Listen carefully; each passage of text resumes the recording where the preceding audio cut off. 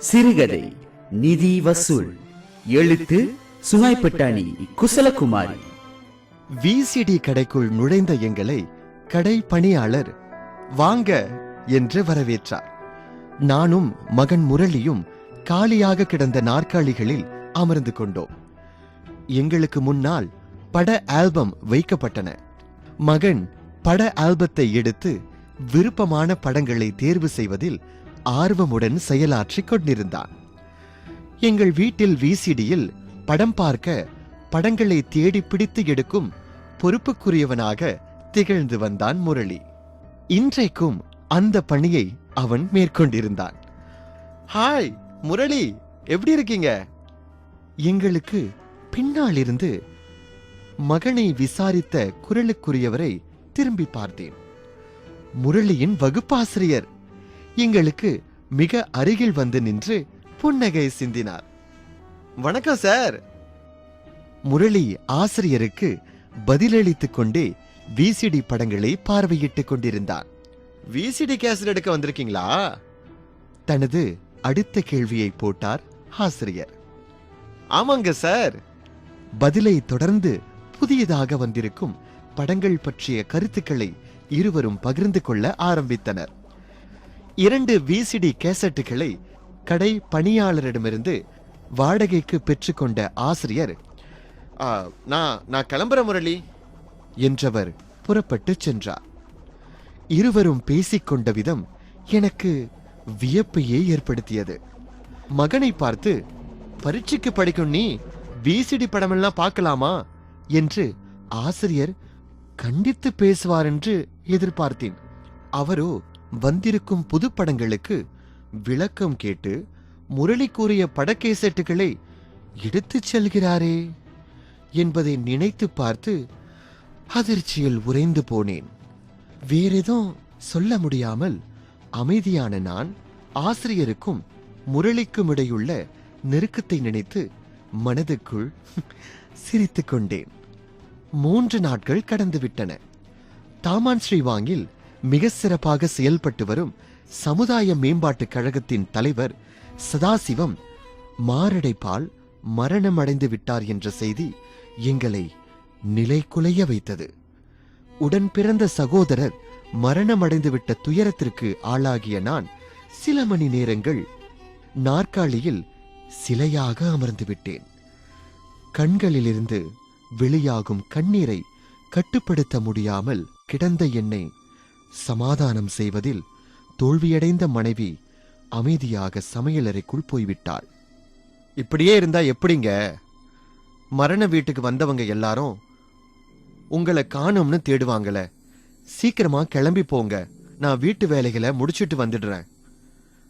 மனைவி மீண்டும் என் எதிரில் வந்து நின்று வீட்டில் நிலவிய மௌனத்தை கலைத்தாள்.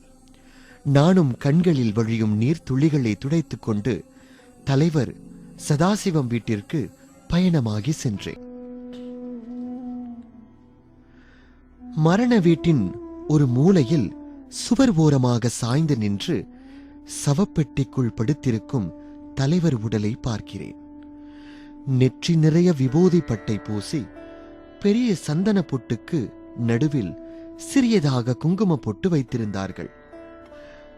தலைவர் முகம் புன்னகை மாறாமல் பளிச்சென்று தெரிகிறது. இப்படியெல்லாம் கண்ணீர் விட்டு அழுதாலும் மரணமடைந்து விட்ட தலைவர் மீண்டும் உயிர் பெற்று எழுந்து வரவா போகிறார்? இல்லையே. எனக்கு நானே சமாதானம் சொல்லிக்கொண்டு கூட்ட நெரிசலிலிருந்து வெளியே வந்து நின்றேன். தலைவர் வீட்டிற்கு எதிரில் ரொம்ப நாட்களாக காலியாக கிடந்த நிலத்தில் 2 மாதங்களுக்கு முன்பு தாமானில் வாழும் சீனர் சொந்தமாக காப்பி கடையை ஆரம்பித்திருந்தார். கடையில் மக்கள் கூட்டம் நிறைந்திருப்பதை பார்க்கிறேன். ஓரிருவரை தவிர மற்றவர்கள் எல்லோரும் இறப்புக்கு வந்தவர்கள் என்பதை என்னால் உணர முடிகிறது. காப்பி கடையின் இடது மூலையில் ரமணி ஆசிரியரும் வேறு சிலரும் பேசிக் கொண்டிருக்கின்றனர். அவர்களை நோக்கி எனது நடையை எடுத்து வைக்கிறேன். வாங்க ராகவன், உங்களை பத்தி தான் நாங்க பேசிட்டு இருந்தோம். நீங்களே வந்துட்டீங்க. ஆசிரியர் என்னை வரவேற்றார். அப்படிங்களா என்ற நான் அவர்களில் ஒருவனாக சேர்ந்து பேச்சு கொடுக்கிறேன். ராகவன், தாமான் வட்டாரத்துல மரணமடையும் ஒருவருடைய வீட்டாரின் சம்மதமுடன் மரண நிதி வசூல் செய்வாங்களே, அதை ஏன் இங்க இன்னும் ஆரம்பிக்கல?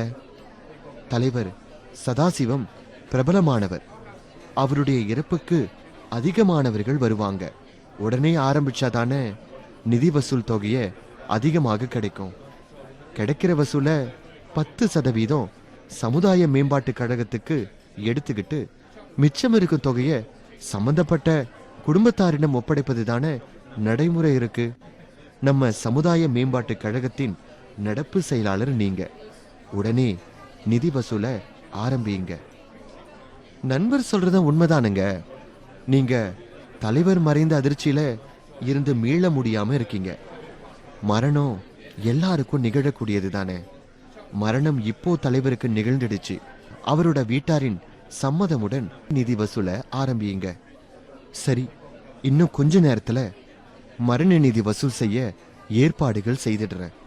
நோட்டு புத்தகத்தையும் வசூலாகும் பணத்தை சேகரிக்கும் உண்டியலையும் தயார் செய்த பின்னரு மரண வீட்டாரின் சம்மதத்தை பெற தலைவருடைய உறவுக்காரர்களை தேடிச் சென்றேன்.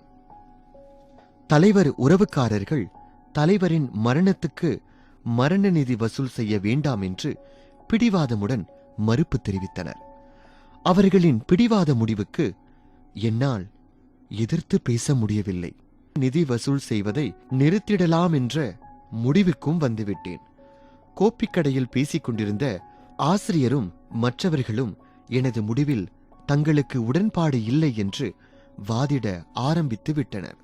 மரணமடைந்தவர் வீட்டாருக்கு பொதுமக்களால் கிடைக்கும் மரண நிதியை ஒப்படைக்கும் போது அந்த குடும்பத்தாருக்கு தானே பண தட்டுப்பாடு குறையும். இந்த நல்ல காரியத்தை நமது சமுதாய மேம்பாட்டு கழகம் வழி செய்வதை லட்சியமாக நினைத்து செயல்பட்டவர் தலைவர் தானே. அவருடைய லட்சியங்களில் ஒன்றான மரண நிதி வசூலை அவருடைய மரணத்தில் நிறைவேற்ற இறப்புக்காக வந்திருக்கும் உறவுக்காரர்கள் சொன்னார்கள் என்பதற்காக நிறுத்திடாதீங்க ராகவன். நீங்க சொல்றது உண்மைதான். ஆனா உறவுக்காரர்களையும் வந்திருக்கும் மற்றவர்களையும் மீறி நம்ம ஈடுபட்டா தேவையில்லாத குழப்பங்கள் ஏற்படுமே. தலைவரின் நல்லடக்கம் அமைதியாக நடைபெறும்னு தானே நான் அமைதி காக்கலாம்னு நினைக்கிறேன்.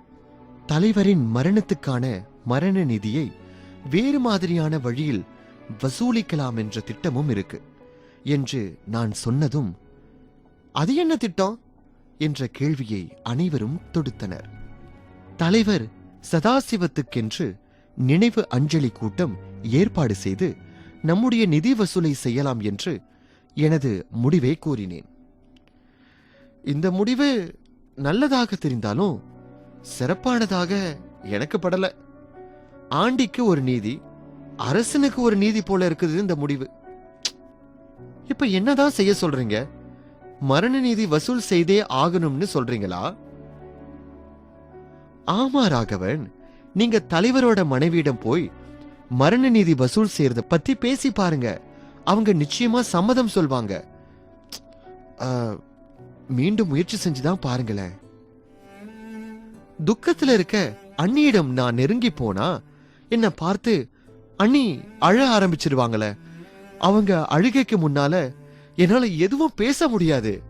நீங்க யாராவது அண்ணியிடம் போய் பேசி பாருங்களேன். சரி ராகவன், நானே போய் பேசுறேன். அவரிடம் சம்மதம் மட்டும் வாங்கி தந்துடுறேன். மற்றதை நீங்களே கவனிச்சுக்கோங்க. ஆசிரியர் துணிந்து தயார்படுத்திக் கொள்ளவும் உறுதி பூண்டேன். தலைவர் ஒரு லட்சிய மனிதர். தனது குடும்ப நலன்களை விட பொது நலன்களில் அதிக அக்கறையும் சிரத்தையும் எடுத்துக்கொண்டு செயல்பட்டவர். தாமானில் சமூக மையங்கள் பல செயல்பட்டாலும் அவைகள் குடும்ப நலன்களுக்கு உதவக்கூடிய காரியங்களுக்கு முக்கியத்துவம் தந்து செயல்படுகின்றன. வசதி குறைந்த குடும்பத்தினர் அதிகமானவர்கள் இருக்கிறார்கள்.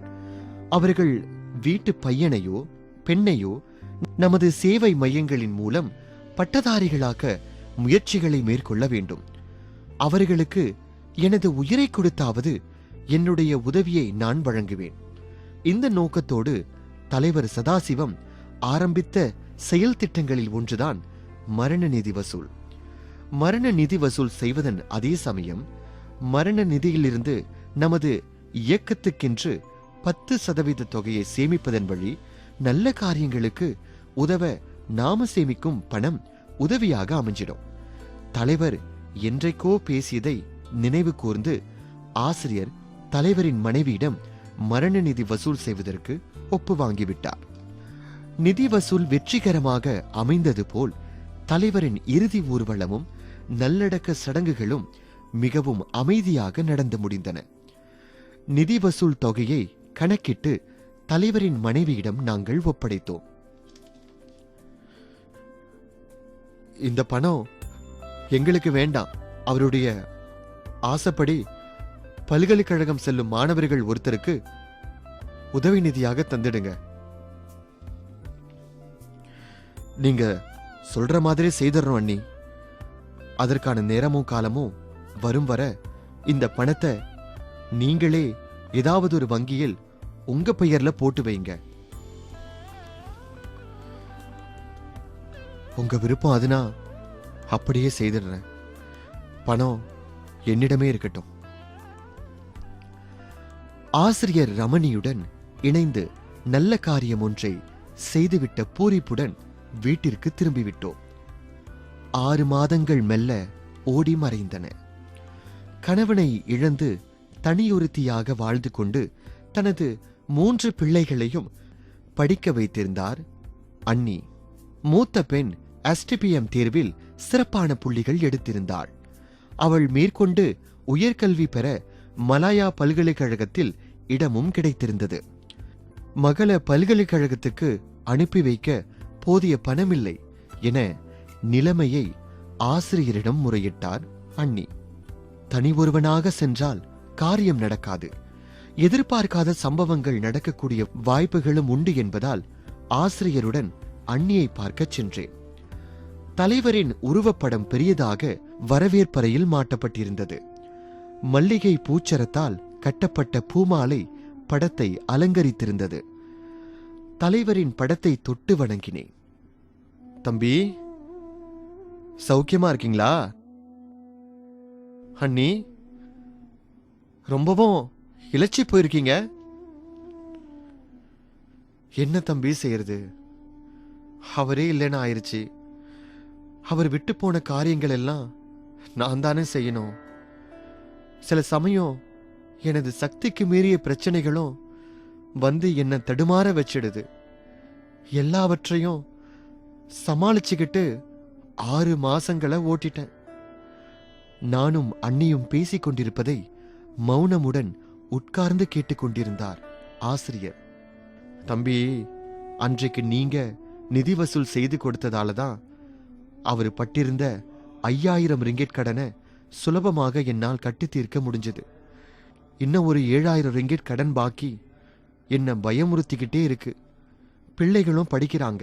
பள்ளிக்கூட செலவு, டியூஷன் செலவுகள்னு மாதத்துல 500 ரிங்கெட் பிள்ளைகளுக்கு நான் ஒதுக்க வேணும்.